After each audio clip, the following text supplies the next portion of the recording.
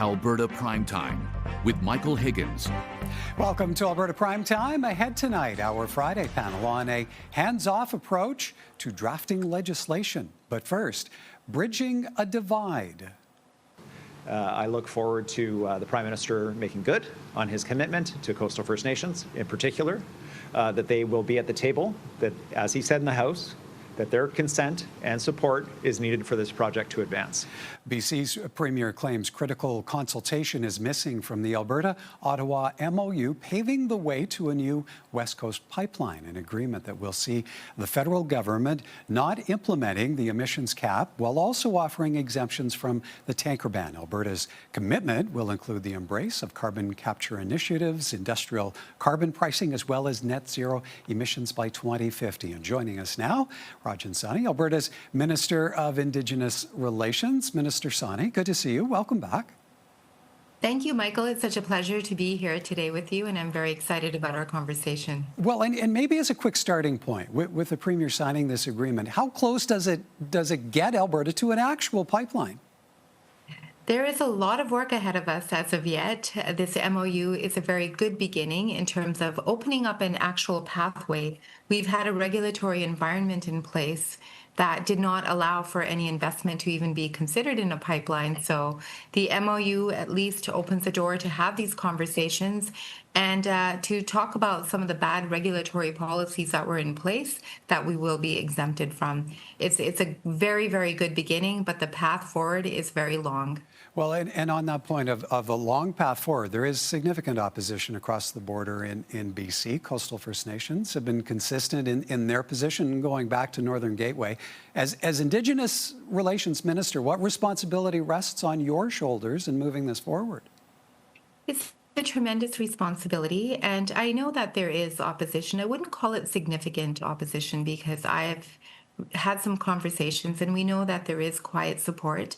But nonetheless, it begins with engagement. It begins with meeting people face to face. And I've already been doing that, and I will continue to do that, just to talk about their concerns. And they're mainly environmental concerns, but there's also a lot of questions around economic benefits. So my job as Indigenous Relations Minister is to make sure that I'm continuously engaging, that I'm listening, I'm hearing these concerns, and I'm doing my best to mitigate.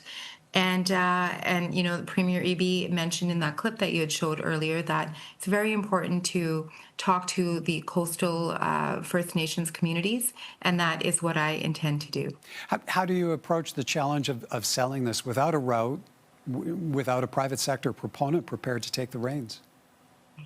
Well, any discussion about a route has to have Indigenous voices at the table. That was a problem with Northern Gateway, that their voices were not intrinsic to the process. So we don't want to make those same mistakes, and we've learned from those mistakes. So when I will engage with these communities, I will ask them about their ideas, about their concerns. And as we talk about a potential route, those opinions and ideas will be incorporated in that.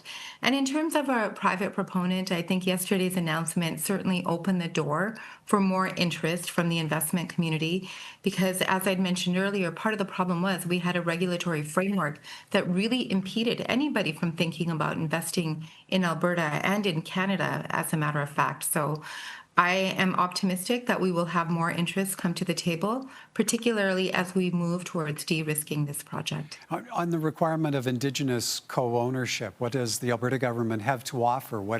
How do you approach partnership with First Nations in that regard? I'm really pleased you asked that question, because in Alberta, we have a Crown corporation called the Alberta Indigenous Opportunities Corporation, and we are a leader in the country by far.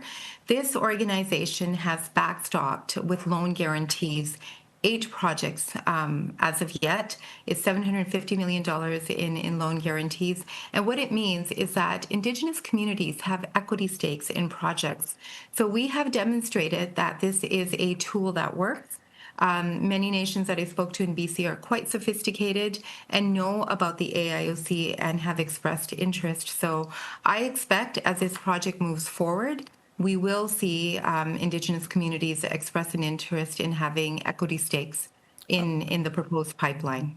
BC's Premier remains opposed to the prospect of a pipeline. He's promising to defend the tanker ban. Is there an approach you expect will work in calming the waters between your two provincial governments? BC has always been, a very important trading partner. We are neighbors. We've had good relationships in the past, and I think the opportunity now is to, again, have further conversations. We want to make sure that we maintain good relationships going forward. And yes, we're, experiencing a few bumps in the road right now, but clearly the Prime Minister is supportive, as you mentioned before with the MOU. So now's the time to really think about forging a path forward in terms of how we're going to work together. And I will be engaging with my counterpart in BC to get his ideas and to let him know about the work that I'll be doing. But ultimately, we know that the country needs this project. And certainly BC has received the go-ahead for many projects as well that will be on the major projects list. And I think, the challenge ahead is making sure that we're talking frequently and that we are making sure that we're resolving any issues that arise. On the point of engagement, calming waters, you're among the group of UCP MLAs now facing recall petitions. What message are you sending constituents who are upset enough with you and the actions of your government that they're working to get you fired? I continue to work hard in my constituency. I feel that I'm very engaged with my constituents. I've had at least 6 public events a year since I've been elected, and 3 that I've sponsored myself. At any public events that are significant, I'm always attending. It's hard not to feel that this is a coordinated effort, given the number of UCP MLAs that are on the recall list, and perhaps there might be more on that list next week. So I don't take this too personally because I'm confident in my abilities to represent my constituents. And I guess the only message that I would like to say is that I'm available if anybody wants to chat with me. I have emails that I respond to on a regular basis. I'll be meeting people actually on Sunday as well, and I'll be discussing these items over the phone with at least 4 constituents. So I will continue to do the best that I can do to put my best foot forward, and beyond that, let's see what happens in the coming weeks. All right, one more quick one for you. Whether it's partnering with the Carney government on the MOU or even the recall petitions, any apprehension heading into this weekend's UCP AGM?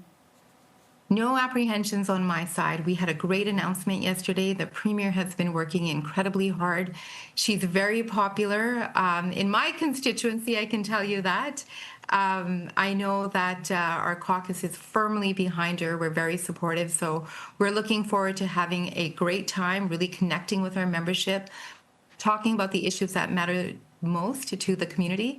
And I know that my colleagues feel the same way. All right, we'll leave it there. Appreciate your time this evening, Minister Sawhney. Thank you kindly. Thank you very much. Take good care. Rajan Sawhney is Alberta's Minister of Indigenous Relations.